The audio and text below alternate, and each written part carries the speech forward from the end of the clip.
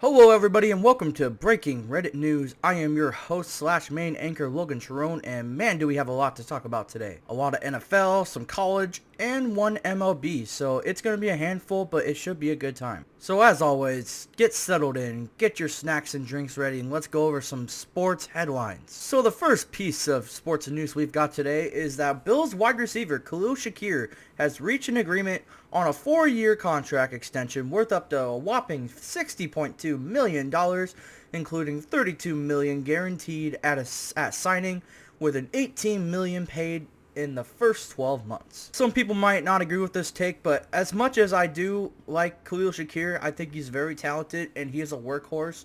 I do believe that $60.2 million is way too much money for where he's at on this team. Like, you're telling me he's going to get paid more than some number one receivers in football that are better than him? Like I said before, very talented receiver, very talented player. Definitely deserves some of the money, but not $60.2 million. That's too much. But even still, congrats to Khalil Shakir. He definitely deserves some of it, and hopefully he keeps going on the Buffalo Bills. Next piece of sports news we've got is that longtime Eagles left tackle Jason Peters is now retired from the NFL. He ended his season as a Super Bowl champion, a 6-time All-Pro, and a 9-time Pro Bowler, and he will always be named one of the best undrafted players in NFL history. Huge congrats to this man. He has always been one of my favorite offensive linemen in the NFL. He will definitely be a first ballot Hall of Famer, just like Zach Martin. They both deserve to make it, and they will all, just like it said on the news piece right there, he will be known as one of the best undrafted players in NFL history. This just proves right here that even though you get drafted, there's still a chance that if you're not drafted, you can be a star in this league called the NFL. Big congrats to this man. I honestly debated on including this in the broadcast, but even though, because Gronk later said this was absolutely bogus, we're still going to talk about it, and is that there was heavy rumors saying that Gronk was considered unretiring, and the Broncos were a huge consideration on the team he would be on. I smelt the BS before even seeing this post here. I didn't believe in it at all. Rob Gronkowski is just done. He's already doing somewhat good on the Fox broadcast, being a broadcaster for Fox Sports. He doesn't need to be playing football anymore. His time has been done. He will definitely be a first ballot Hall of Famer, but nothing more than that now. He just does not need to be in football again. And you think I'm being too harsh? Well, Gronk has said it himself. He looked at these rumors and he said, that's silly. I am no longer in that shape to be a football player. I just need to relax and enjoy my life. Football has been in my past. I still love the game, but I'm just no longer fit enough to be a player anymore. I don't think he said the exact words, but basically that is what he said. He is not going to be in the NFL anymore, just as a broadcaster. Now, if those were lies and he actually does return to the NFL, that would actually be hilarious, because Gronk is one of my favorite players. He might not be the smartest one, but he is definitely one of my favorite players, and seeing him on the Broncos would be pretty funny.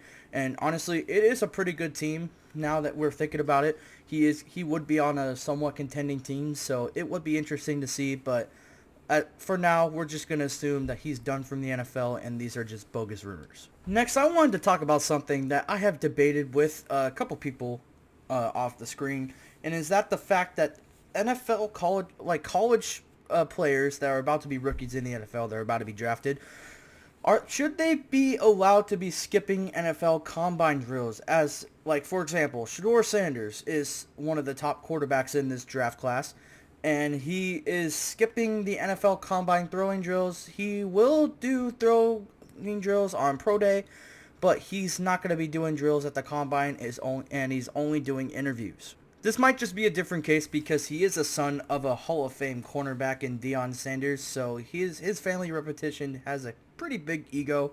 But even still, in my personal opinion, I don't think college players should be skipping combine drills unless they are tiny bit injured, injured throughout the combine. There was another player I saw that was not going to do combine drills, but he is going to do interviews, but he was hurt, he said, so that makes sense. But at the same time, it might be a little bit of red flag for NFL teams that are trying to get players at this time. But for guys like Shedeur Sanders, like, I don't think he should be allowed to skip on drills. Like, he needs to do them, and honestly, it would be for his own benefit. It would help him get drafted higher. Because unless the NFL is a bunch of suck-ups, like, NFL teams are not going to be drafting players just because of their last names. Like, for example, Brandon Rice, son of Jerry Rice. Like, he was drafted in the 7th round.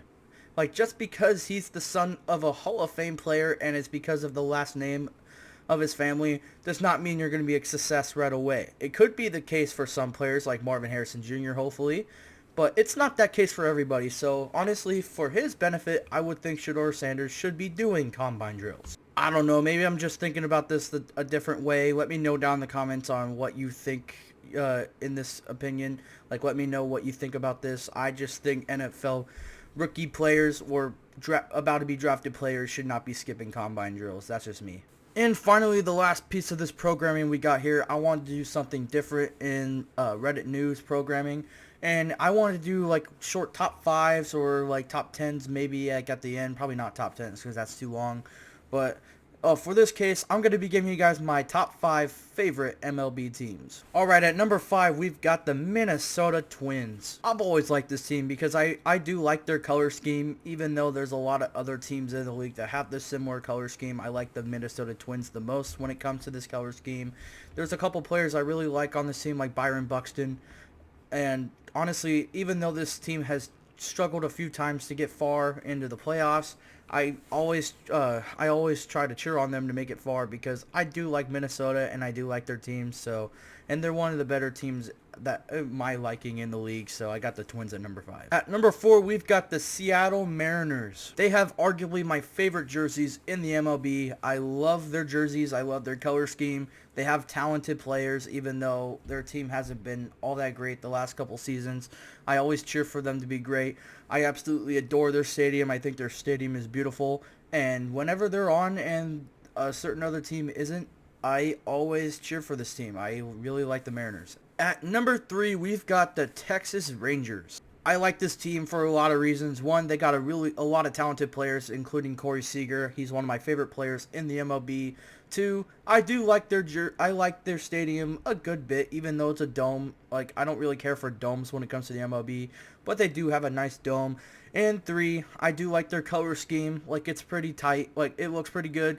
And then 4, their game manager is Bruce Bochy, and I know that kind of gives away number 1, but I will always cheer for Bruce Bochy. He's one of my favorite MLB managers in MLB history, so I will always cheer for this team when they're on. And at number 2, we've got the Baltimore O's. I've always really liked this team. I really like their color scheme. The orange and black looks really good. They have a lot of really talented players. I think they have a very young team as well. That's why they're kind of a deadly team right now, even though they have been kind of blowing it a few times in the playoffs. They've got a very young team, a very talented team, and whenever a certain other team that you will be seeing next is not playing, this will be the team I will always cheer for the most. And finally, at number 1, my favorite team in the MLB is in fact the Los Angeles Dodgers. Nah, I'm just kidding. Fuck this team. Alright, for real though, my favorite team in the MLB at number 1, we've got the San Francisco Giants. I absolutely adore this team. They have been my favorite team ever since I was born. I love this team to death. They're the most local team to me. Well, I guess not anymore because of the Sacramento A's now, but still, I absolutely love this team. They have one of the nicest stadiums in baseball. I love their logo. I love their colors, and I love their players. Buster Posey, I know he's not playing anymore, but he's a part of our Giants team still. He's one of my favorite players in all of baseball history. Like, we had tons of talented players in the past. We still have some talented players now, even though we have been struggling a few times this season, these last couple seasons. I absolutely love this team, and I will not trade them for the world. They are my favorite team in all of baseball. Alright, and that will be the end of our breaking Reddit news programming for today. I'm sorry this one was so short. To be completely honest, I have stuff to do. I need to get some stuff done, so that's the only reason why this video is so short. But anyways, I hope you guys enjoyed this programming. Let me know down in the comment section below on what your favorite MLB teams are down below, and let me know what you think about these sports headlines down below and what we discussed today. I would love to know. This is where it's going to end for the day. Don't forget to comment, like, subscribe to the Sharon Talks Football YouTube channel, and don't forget to click that notification bell down there so you don't miss any of these any single time I post these breaking Reddit news programming. Anyway, I hope you guys have a fantastic day. Stay safe wherever you are, and I hope you guys have a great rest of your day. I'll see you next time, folks.